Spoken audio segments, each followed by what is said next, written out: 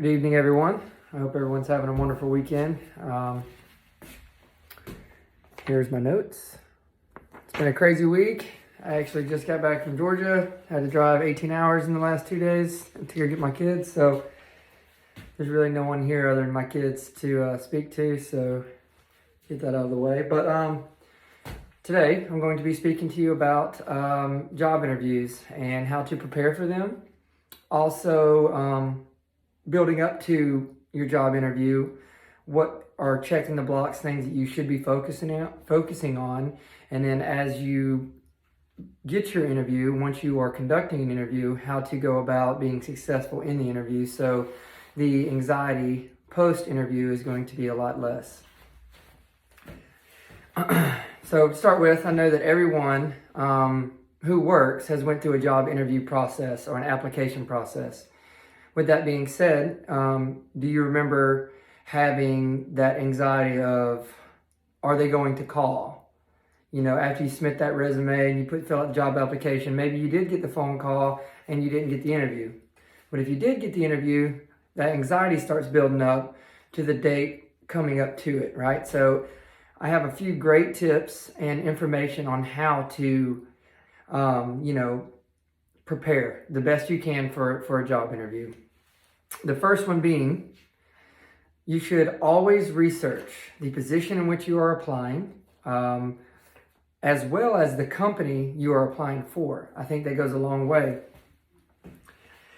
Being well prepared is definitely a vital part of success in any job application or, applying to a job. You have to prepare, period. If you don't, what's going to set you apart from all the other applicants? Just your resume, maybe. Maybe you have an awesome resume. Maybe you have years of experience that in the field in which you're applying, but maybe you don't. Maybe you are fresh out of high school or college, and this is your first job. Still, you want to research to know, who the CEO is, who your boss is going to be, you know what I mean? And a lot of times, most people aren't going to ask those questions on the phone leading up to an interview, but researching to get as much info out of it as you can is definitely the best way to set you apart. According to Benz, he said, develop a statement that explains how your career goals and skills align with the position in which you are applying for. So, when you apply to a job, say you're going to be a baker, right? You want to know, what exactly are you baking? Is it bread? Is it cakes? Is it, anything along different lines in a category that could be? Do you know the position that you are applying for, right?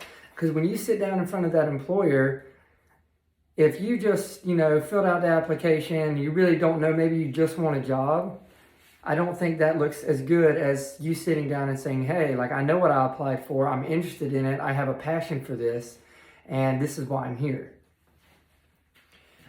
Most employers are going to judge employees or applicants from the moment they enter the parking lot, and I don't mean that in a bad way. They're not going to judge you like, oh, look, his hair, doesn't look good. I mean, maybe they will, appearance is everything, and the first impression definitely is everything. According to Smith, most hiring managers believe that people who dress appropriately for a job interview are more likely to be successful because they look the part.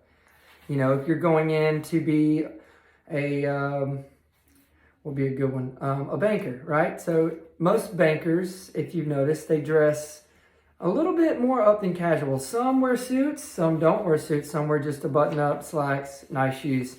You don't want to go in there with gym shorts and a t-shirt, like I'm dressed right now. Luckily, this is not my job interview. Remain professional. I think that is very important, always remain professional, maintain good posture, eye contact, and be a listener, a really active listener. So you want to be able to listen to the questions they're asking you and answer them appropriately. Also, it's also not a bad idea to try to get to know your employer through the interview process as much as they will allow you to on the time that they're on. Do not ask about benefits, salaries, vacation time, any of that, I think that, I think that's a negative impact. If I'm sitting in front of you and I'm your employer and I'm interviewing you and you're there and really that's really the only thing you ask me, or even if you ask me that, I would take it as you are only there to fill a position so you get the benefits, right? Even though, hindsight's 2020, people want benefits, and that's the purpose of having a good job with benefits. But are you there to do the job? Are you there to be a part of the team? Are you there to be a part of the company and be an asset? Or are you there just for the benefits? So that's why I say leave it out of the interview process. If you do not have the interviewer's contact information, try to get it, write it down, put it in your phone, get a business card. That way, regardless, when you walk out of your interview, you want to have that confidence that you did every check in the block you could to be successful, right? You want to visualize how it went down.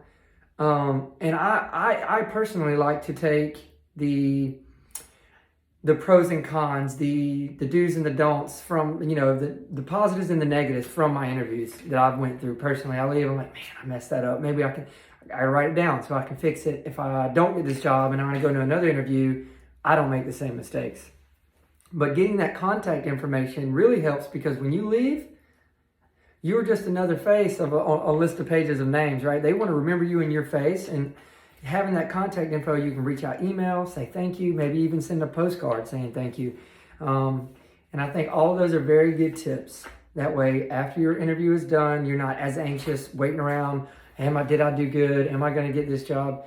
Research, qualify yourself, licenses, certifications, anything you can do to prepare for a position is great advice. And I wish the best of luck to each and every one of you in your careers, finishing college, and in your interviews.